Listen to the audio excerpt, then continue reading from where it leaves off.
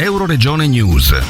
The Gangsters, da Codroipo la musica vincente. Sono Nicolas Morassutto, Giacomo Petrussa, Antonio Soramel, Gianluca Margherit e nel 2015 hanno vinto diversi premi in concorsi musicali. Hanno appena pubblicato un album che sta riscuotendo un ottimo successo. Nel loro futuro prossimo c'è l'occasione di registrare, grazie al premio vinto all'Angel Wing Studios, un nuovo disco la cui uscita è prevista per l'estate 2016. Qual è la vostra produzione discografica e la vostra storia? Nel mese di agosto del 2012 ho avuto questa illuminazione di chiedere a Nicolas e in prima anche a Gianluca di formare un gruppo, e avevo proposto l'idea ad entrambi, riscuotendo un successo positivo, e quindi abbiamo deciso di suonare, fare questo gruppo. Poi si è aggiunto anche il nostro Antonio un anno e mezzo dopo.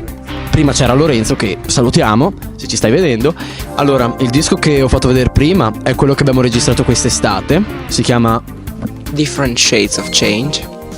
E invece il disco che verremo a registrare appunto qui all'Angel Wing Studios è il nostro nuovo album, che si chiama Tonight, e sarà disponibile probabilmente per metà estate, quindi a luglio. Dal Medio Friuli per Euroregione News, Marco Mascioli. I nostri servizi sono disponibili su internet all'indirizzo www.euroregionenews.eu.